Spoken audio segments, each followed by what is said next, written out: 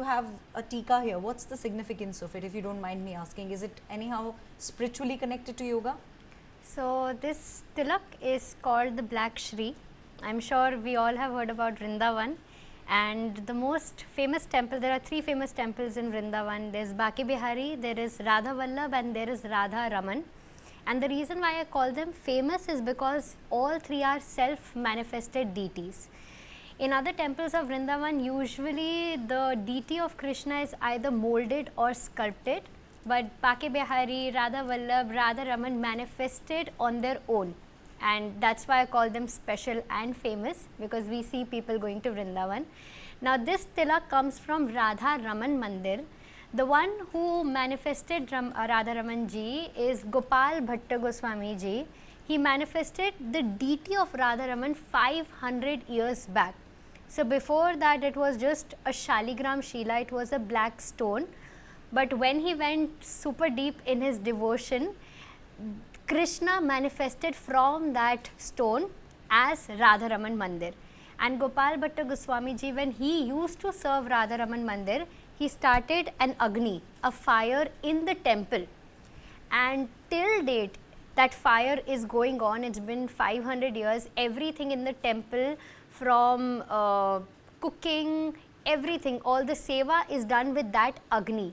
And this Tilak Shri also comes from that Agni, that coal, which has been burning for the past 500 years. So this Tilak that we all wear is Shri, it's Radharani itself, and it's the Tilak that comes from 500 years back. And my Guru Maharaj, Shri Pundarik Goswami Ji Maharaj, is the current Acharya of that temple. So this is the Black Shri. All right, thank you very much for explaining the beautiful importance of it. Let me quickly go back to Himanshu. Himanshu, for beginners, how should someone really approach Hatha Yoga to avoid injuries and get long-term, real long-term benefits rather? So long-term benefits are there with the Hatha Yoga. If you come to the Hatha Yoga practice, it starts very, very gradually. It's a very gradual practice.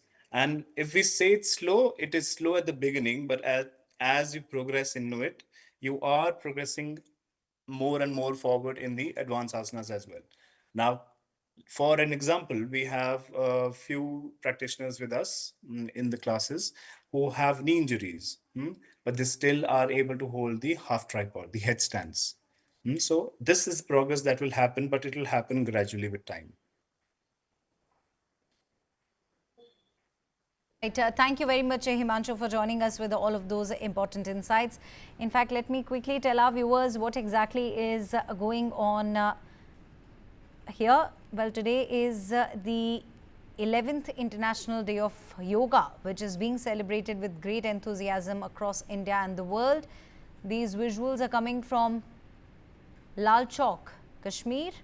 There, people have turned up in large numbers. Yoga truly has become a way of life for many. I've been stressing on it, Niyati, that today was Saturday. There were many people who could have chosen to stay in their beds. But, you know, this is a welcome picture, isn't it? Best time to do yoga. Week end and the weakness also ends. Very well put it. Weekend and the weakness also ends. Well, the International Yoga Day, viewers, aims to raise awareness worldwide of the many benefits of practicing yoga. And Niyati is going to, in fact, tell us some of those benefits. Niyati, go on, tell us. Endless benefits. Yoga helps you physically, as we just did Sukshma Vyam practice. So if you move even for 10 to 15 minutes every day, it will help you keep the entire body relaxed. On top of that, yoga helps you with your mind, with decision making. When the body is relaxed, the mind will also be calm, and when the mind is calm, you will be able to make decisions wisely, and that only comes when you work on it. Again, Arjun in the Bhagavad Gita says, Chanchalam hi mana Krishna. The mind is so chanchal, the mind is so turbulent that it is always running from one point to the other.